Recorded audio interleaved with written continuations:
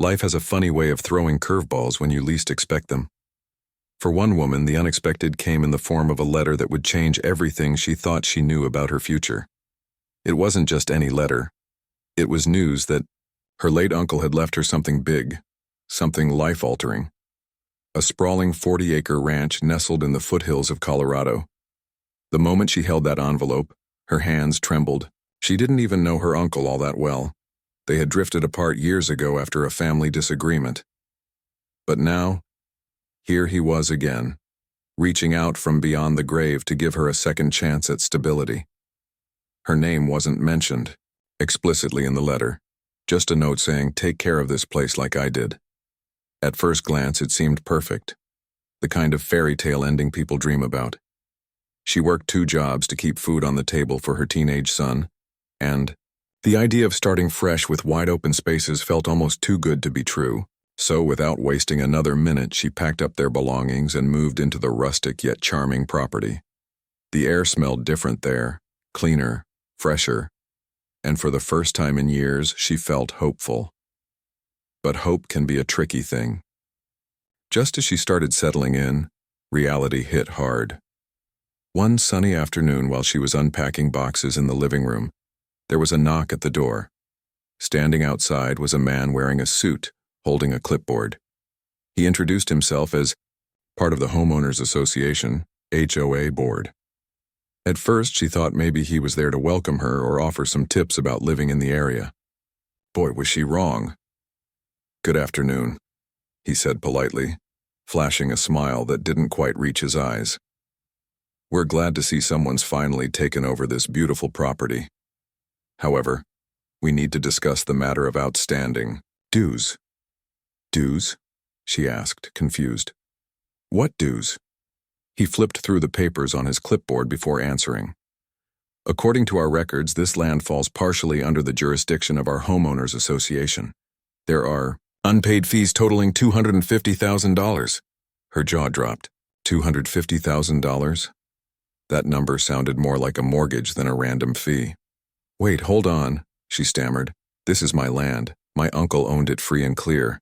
How could there possibly be dues?"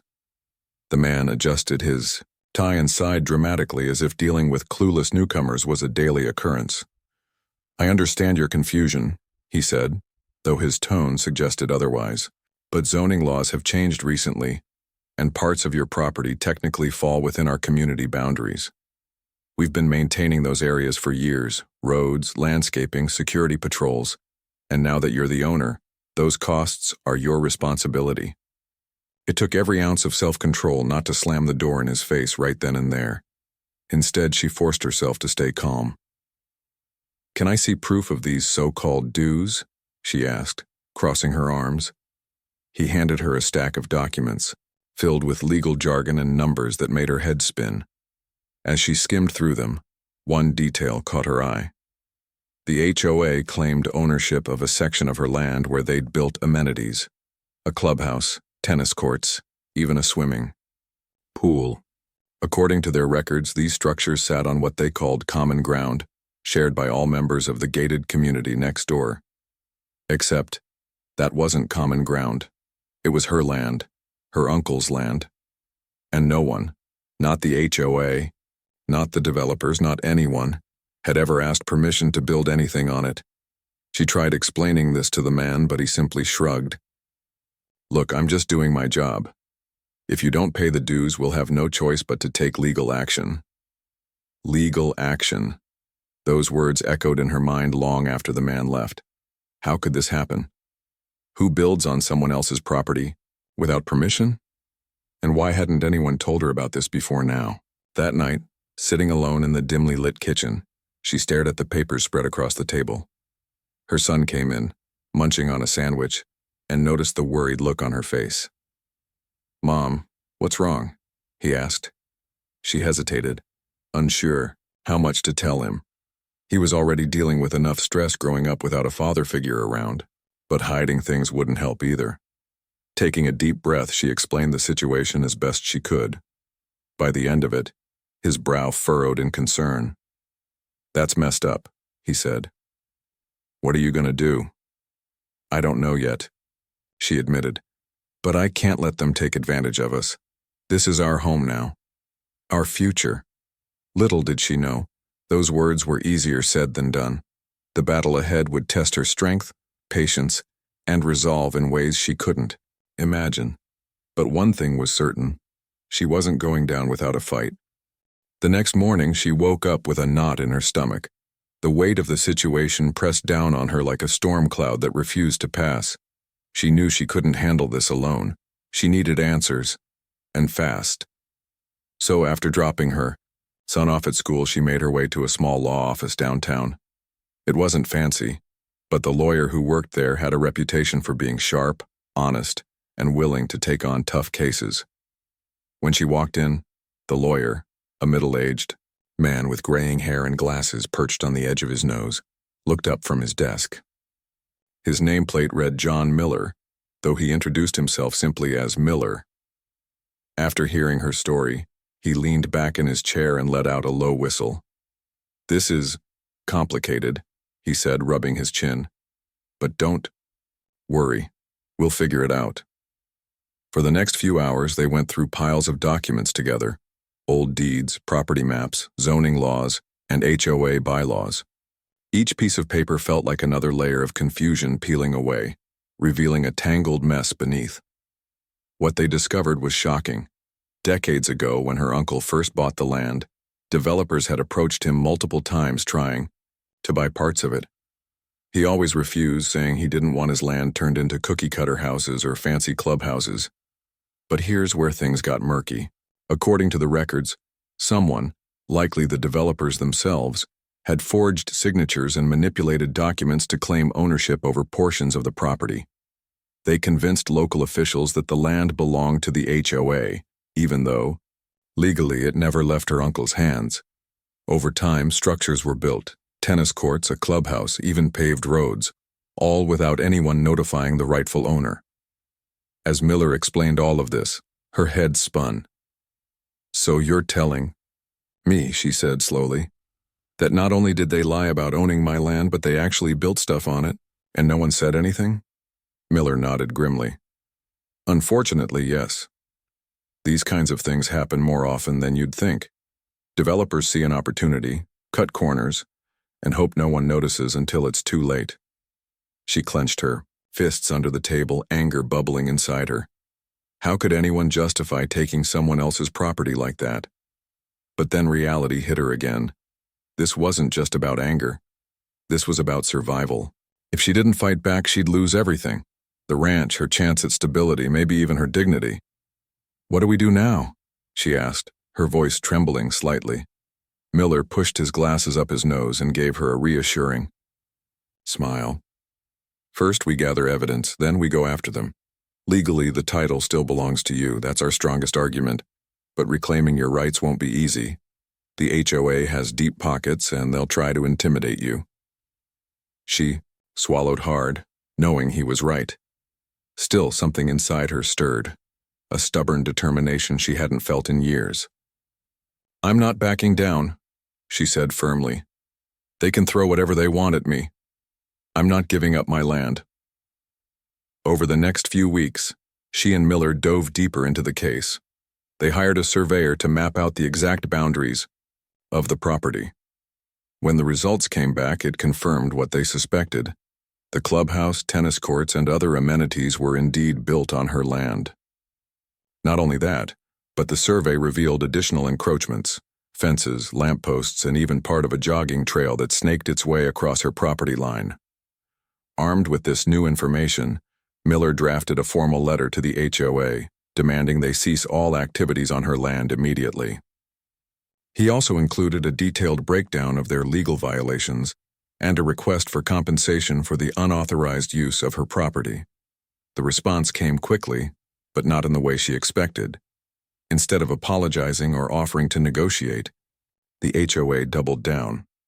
Their lawyer sent back a scathing reply accusing her of trying to extort money from innocent homeowners.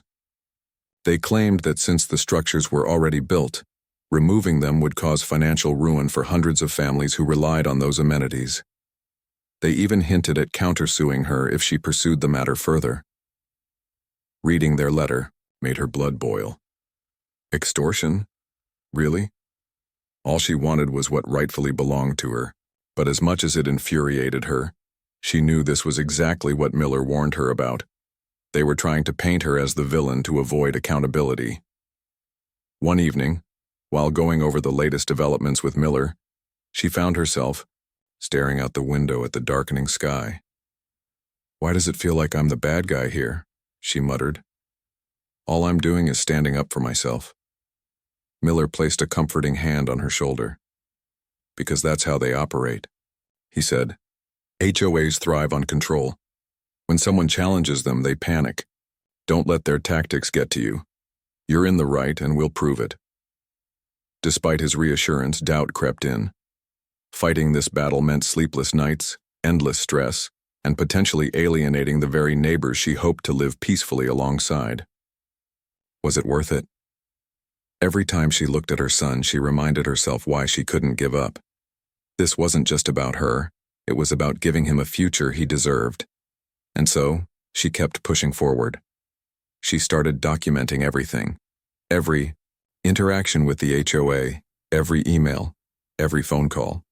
She reached out to former employees of the developers, hoping to find someone willing to testify about shady practices. Slowly but surely, pieces of the puzzle began falling into place. But the hardest part was yet to come. As word spread about her dispute with the HOA, tensions in the community grew. Some neighbors whispered behind her back, calling her greedy and unreasonable. Others avoided her altogether, unsure which side to take. It felt like she was walking through a minefield, never knowing who might explode next. Through it all, she held on to one truth. Justice mattered. No matter how intimidating the opposition seemed, no matter how lonely the fight became, she refused to back down. Because deep down she knew she wasn't just fighting for herself, she was fighting for everyone who'd ever been wronged by powerful people playing dirty games. As the days turned into weeks, the tension in the air grew thicker. Word traveled fast in small communities like this one, and soon everyone seemed to know about her fight with the HOA. At first, she tried to ignore the whispers. That is, until they became impossible to overlook. Whether she was picking up groceries at the local store or walking her dog down the quiet country road, she could feel eyes on her. Some people avoided her gaze altogether, while others glared as if she'd personally insulted them. One day, she decided to visit the nearby gas station to fill up her truck. As she stood by the pump, an older woman approached her.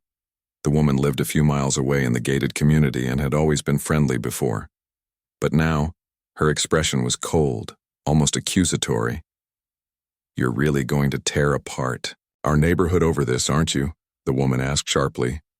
"Do you have any idea how much damage you're causing?" She blinked, caught off guard. "I'm not trying to cause damage," she replied calmly, though her heart raced. "This is my land. They built on it without permission. How would you feel if someone did that to your property?" The woman crossed her arms. "It's not that simple. Those amenities are part of what makes our community special. If you take them away, property values will plummet. People worked hard for their homes here." Her frustration bubbled to the surface. "And my uncle worked hard for this land. He didn't sell it to developers because he loved it. I'm just trying to protect what's mine." But the woman wasn't listening anymore. She shook her head, dismissively, and walked away, muttering something under her breath about selfishness. Standing there alone, she felt a wave of isolation wash over her. For the first time, she wondered if fighting this battle was worth losing the trust of everyone around her. Things only got worse when she received a letter inviting her to attend an upcoming HOA meeting. The tone of the invitation was polite enough, but she knew better than to believe it was anything other than a setup. Still, avoiding it wasn't an option. If she wanted to stand her ground, she needed to face them head-on. The night of the meeting, she parked her truck outside the clubhouse, the very building constructed on her land, and took a deep breath before stepping inside. The room buzzed with energy, filled with dozens of residents chatting nervously. When she entered, the chatter died down, and all eyes turned to her. She felt like she was walking into a lion's den. A man sitting at the front table stood up and addressed the crowd. "Thank you all for coming tonight," he began, his voice steady but firm. We're here to discuss the ongoing issue with our neighbor. He gestured toward her without using her name, as if even acknowledging her humanity might weaken their case. For the next hour, the board members laid out their arguments against her, painting her as the villain who threatened their peaceful way of life. One speaker after another talked about how much the clubhouse meant to the community, how families gathered there for barbecues and holiday parties, how tearing it down would devastate everyone. When it was finally her turn to speak, she stepped up to the podium, her hands trembling slightly. The room fell silent, every pair of eyes fixed on her. She scanned the crowd, searching for a hint of understanding, but most faces remained stony. "I didn't ask for this fight," she began, her voice soft but steady. "I inherited this land from my uncle, who cared deeply about it. When I found out that parts of it were being used without permission, I had no choice but to speak up. This isn't about greed or revenge, it's about fairness." She paused, letting her words sink in. "I understand why you value the clubhouse and other amenities, but those things shouldn't exist at the expense of someone else's rights. My family has owned this land for decades. It's not fair to expect me to just give it up because mistakes were made." Her speech was met with mixed reactions. Some people nodded in agreement while others rolled their eyes or whispered angrily to their neighbors. A man near the back shouted, "You're ruining our community!" His words echoed through the room, followed by murmurs of support from others. Despite the hostility, she refused to back down. She answered questions, clarified misunderstandings, and stood firm in her resolve. By the end of the meeting, she was exhausted, but also strangely empowered. For the first time, she realized that not everyone in the room hated her. There were a few sympathetic faces, people who seemed genuinely conflicted about the situation. Afterward, one of those sympathetic individuals approached her. An elderly man with kind eyes and a warm smile. He introduced himself as a retired engineer who had lived in the gated community for years. "I've suspected for a long time that something wasn't right with the HOA," he admitted quietly. "Your case confirms it." He went on to explain that he'd noticed discrepancies in the HOA's financial reports, money unaccounted for, projects billed at inflated costs. He offered to help her dig deeper, promising to share whatever information he could find. Grateful for the unexpected ally, she thanked him sincerely. Driving home that night, she replayed the events of the evening in her mind. The anger, the accusations, the rare moments of support. It was overwhelming. Yet, amidst the chaos, she felt a flicker of hope. Maybe she wasn't completely alone in this fight after all. As she pulled into the driveway of the ranch, she looked out at the vast expanse of land stretching before her. It was more than just dirt and trees, it was a legacy, a promise passed down from her uncle to her. And she knew, deep down, that protecting it was worth every ounce of effort, no matter how steep the climb ahead. The days following the HOA meeting felt like a whirlwind. She had expected backlash, but nothing could have prepared her for the intensity of it all. Some neighbors avoided her completely, while others shot her dirty looks whenever their paths crossed. A few even went so far as to post flyers around the community labeling her as the troublemaker, who wanted to destroy everything they held dear. It was exhausting, isolating, and at times downright heartbreaking. But then there was the retired engineer, the man with the kind eyes and quiet determination. He reached out to her again a few days later, this time inviting her to meet at a small cafe outside of town. She hesitated at first, after weeks of hostility, trusting anyone felt risky. But something about his sincerity made her say yes. They sat across from each other at a corner table, sipping coffee as the morning sun streamed through the windows. He leaned forward, his voice low but urgent. "I've been digging into the HOA's records," he said, pulling out a folder stuffed with papers. "And I think I've found something big." Her heart skipped a beat. "What is it?" He spread the documents across the table, pointing to highlighted sections. "See these line items? They're expenses billed to homeowners for things like maintenance and repairs, but when you trace them back, they don't add up. Look here." He tapped a column of numbers. This project supposedly cost $50,000, but I checked with contractors in the area and the real price should have been closer to $15,000. The rest? Vanished. She stared at the figures, her stomach churning. Are you saying they've been stealing money? Not just stealing, he replied grimly. Mismanagement, embezzlement, it's all here. And it's been going on for years. No one noticed because no one asked questions. Until now. Her mind raced. If what he was saying was true, this wasn't just about her land anymore. This was about exposing corruption that had likely affected every single homeowner in the gated community.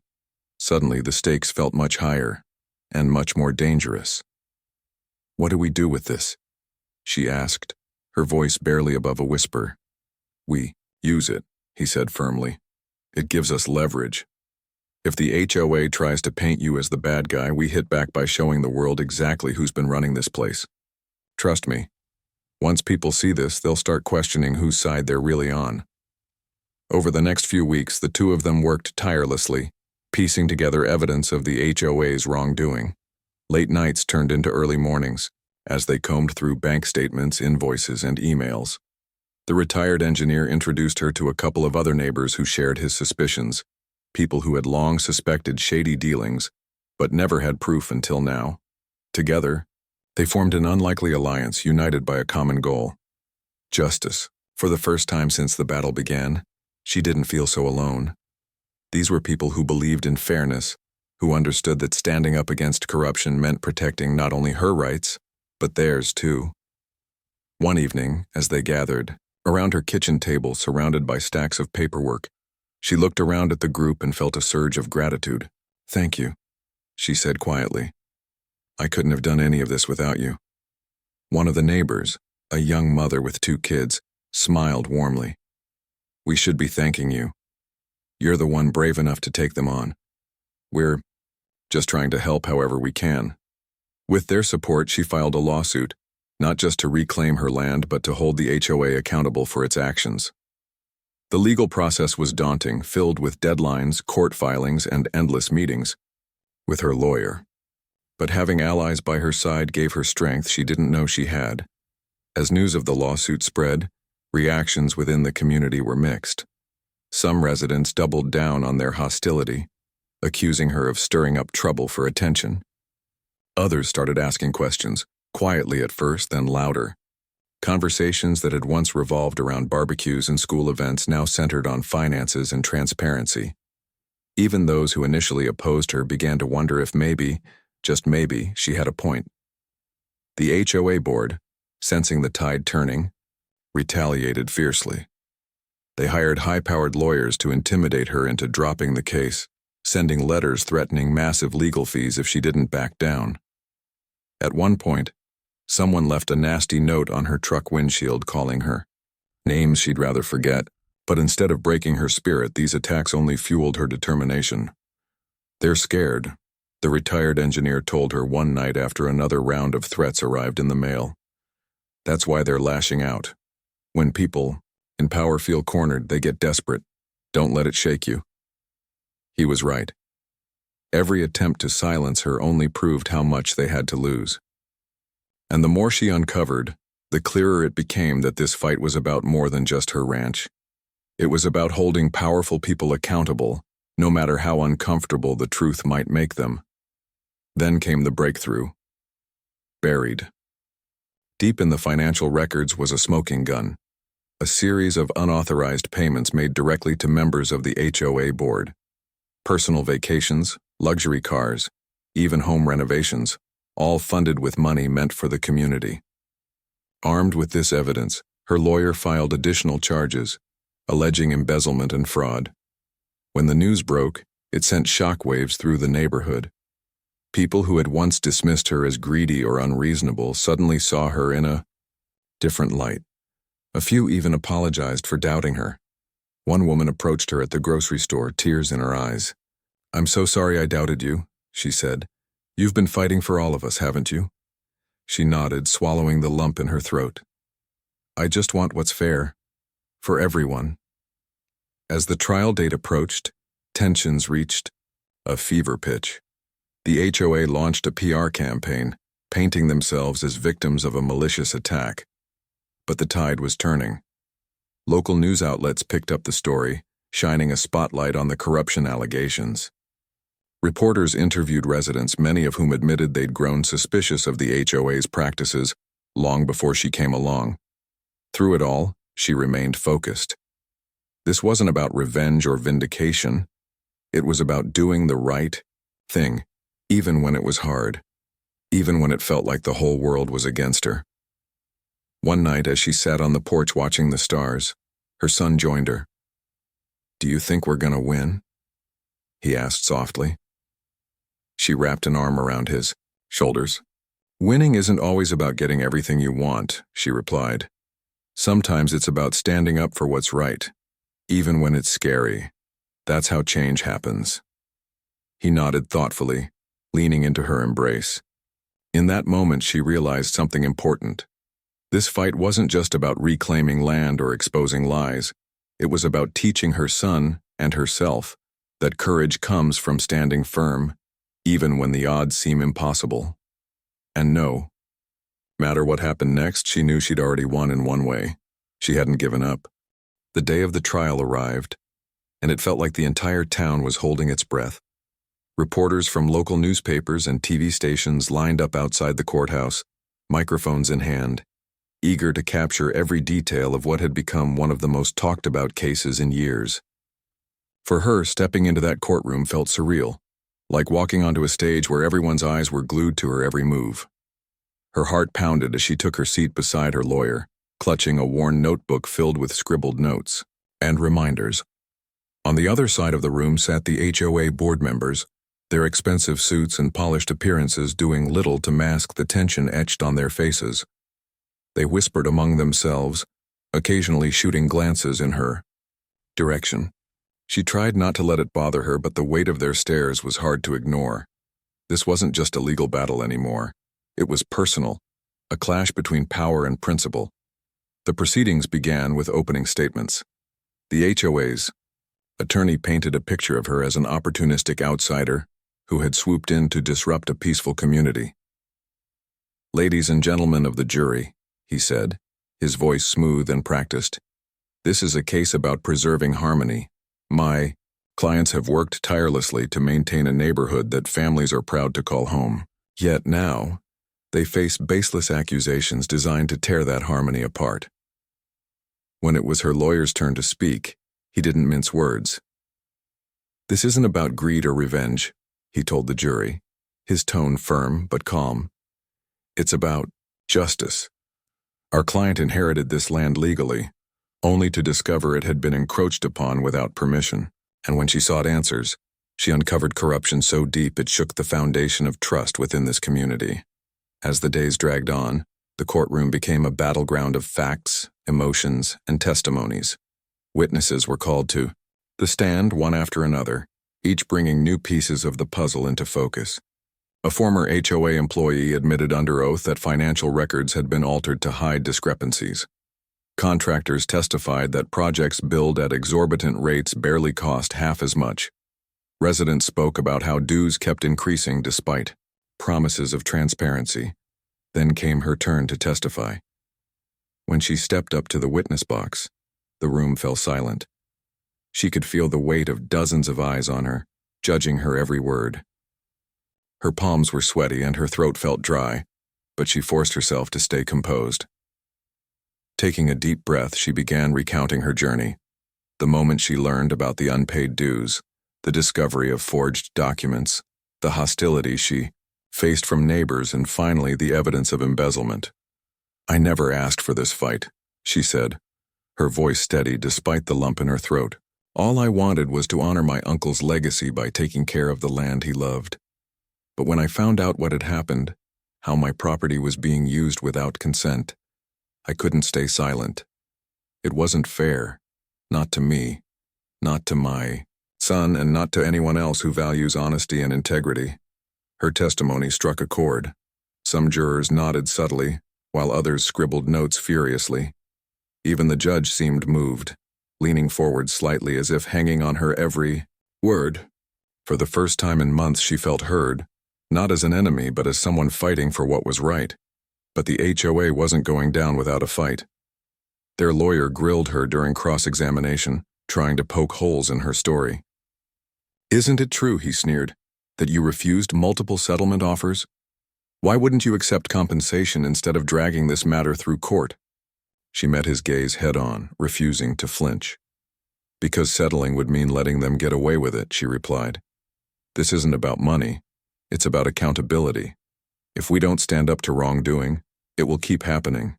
Not just here, but everywhere." Her response earned murmurs of approval from the gallery. Even some of the HOA supporters shifted uncomfortably in their seats, perhaps realizing for the first time how hollow their arguments sounded. Finally, after weeks of testimony closing, arguments and deliberation, the verdict was ready. The courtroom buzzed with anticipation as the jury filed back in, their expressions unreadable. When the foreperson stood up to deliver the decision, she held her breath, unsure whether she was prepared for what came next. "We find in favor of the plaintiff," the foreperson announced, her voice clear and unwavering. "The disputed land remains the rightful property of the defendant. Furthermore, we order the HOA to pay restitution for unauthorized use of the property and implement reforms to ensure transparency moving forward." For a moment, there was silence. Stunned disbelief, followed by a wave of relief washing over her. Then came the cheers. Her allies erupted into applause, hugging each other and wiping away tears. Even some of the HOA members looked ashamed, heads bowed as the reality of their defeat sank in. Outside the courthouse, reporters swarmed around her, firing questions faster than she could answer. Cameras flashed, microphones jutted toward her face. And yet all she could think about was the overwhelming sense of vindication. She hadn't won just for herself.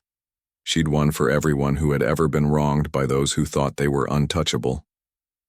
That evening, back at the ranch, she sat on the porch with her son, watching the sunset paint the sky in shades of orange and pink. He grinned at her, pride shining in his eyes. "You did it, Mom," he said. "You beat them." She smiled, though her mind was still processing everything that had happened. "We did it," she corrected him softly. "And we showed them that standing up for what's right matters, even when it feels impossible." The victory in court felt monumental, like a weight lifting off her shoulders that she hadn't realized was crushing her. But as the dust settled, she faced a new challenge, one that didn't come with legal briefs or courtroom arguments. It was far more personal, delicate, and complicated, rebuilding trust with the community. In the weeks following the trial, life returned to some semblance of normalcy, but the scars from the battle lingered. Some neighbors still avoided her, while others gave her polite nods but kept their distance. The rift between her and the gated community ran deep, and healing it wouldn't happen overnight. She understood why. They had been pitted against each other, forced to choose sides in a fight no one truly wanted. Yet she couldn't shake the feeling that leaving things unresolved would leave an emptiness inside her. Late one night, sitting on the porch under a blanket of stars, she made a decision. Selling the ranch and moving away might have been the easier choice, but it wasn't the right one. This land was more than just dirt and trees. It was a piece of her family's history, a promise passed down through generations. And now, it was also a symbol of resilience, a reminder that standing up for what's fair can spark meaningful change. If she walked away, she'd be abandoning not only her own future, but also the chance to mend fences with the people who live nearby. So, she rolled up her sleeves and got to work, not just on the ranch but on repairing relationships. Using the restitution money awarded by the court, she invested in restoring the parts of her property damaged by years of neglect and encroachment. Fences were repaired, trails cleared, and native plants replanted. She even hired local workers from the gated community to help with the renovations, knowing it would give them jobs and show goodwill. But her efforts didn't stop there. She reached out to the HOA board, not to gloat about her win, but to propose a solution that benefited everyone. "I don't want anyone to lose access to the clubhouse or amenities," she told them during a tense yet productive meeting. Let's find a way to make this work. For all of us. After much negotiation, they agreed to lease the portion of her land where the structures stood. In exchange, the HOA promised full transparency in its operations, regular audits, and lower dues for homeowners. It wasn't perfect, but it was a start, a compromise born out of mutual respect rather than animosity. Slowly, attitudes began to shift.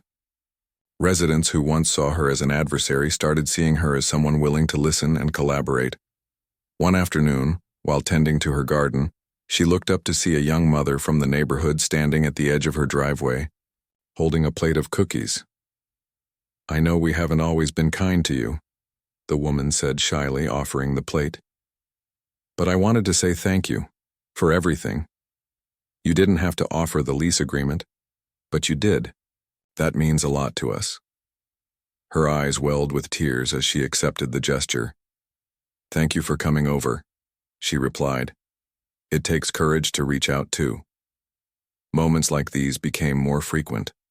Neighbors stopped by to introduce themselves, bringing small gifts or simply sharing stories. Some invited her to community events, barbecues, holiday parties, even volunteer cleanup days. At first, she hesitated, unsure if she belonged. But over time, she realized that belonging wasn't something given freely. It was earned, step by step, heart by heart. Her son noticed the change too. He'd grown close to a few kids from the gated community, bonding over bike rides and impromptu soccer games. One evening, as they sat together on the porch swing, he turned to her with a thoughtful expression. "Do you think people will forget about the whole HOA thing someday?" he asked. She smiled, ruffling his hair. "Maybe not completely, but I think they'll remember how we handled it, with honesty and fairness, and maybe, just maybe, they'll learn something from it." As months turned into years, the ranch flourished in ways she never imagined. With the compensation money, she transformed part of the property into an equestrian center, offering therapeutic riding lessons for children with disabilities. Watching kids laugh and grow stronger atop gentle horses brought her a joy she hadn't known before. Her son often helped out, guiding younger riders and learning patience and responsibility along the way. The gated community thrived too, thanks to the reforms implemented after the trial. Homeowners finally had a voice in how things were run, and the atmosphere shifted from tension to collaboration. Even the retired engineer who had stood by her side became a close friend, often stopping by for coffee and long talks about life. Looking back, she knew the road hadn't been easy. There were moments when doubt crept in, when the anger and hostility felt insurmountable. But through it all, she held on to one truth. Doing the right thing matters, even when it's hard. Standing up for justice isn't just about winning, it's about creating ripples that inspire others to do the same. One crisp autumn morning, as she stood on the hill overlooking the ranch, she felt a profound sense of peace. The clubhouse in the distance buzzed with laughter, while horses grazed lazily in the fields below. Her son waved at her from across the yard, grinning as he led a group of excited kids toward the stables. For the first time in a long time, she felt whole, not just as a mother or a homeowner, but as a person who had fought for what mattered most. And though challenges lay ahead, as they always do, she faced them with hope. After all, she had proven something to herself and to everyone around her. Sometimes the hardest battles lead to the brightest futures.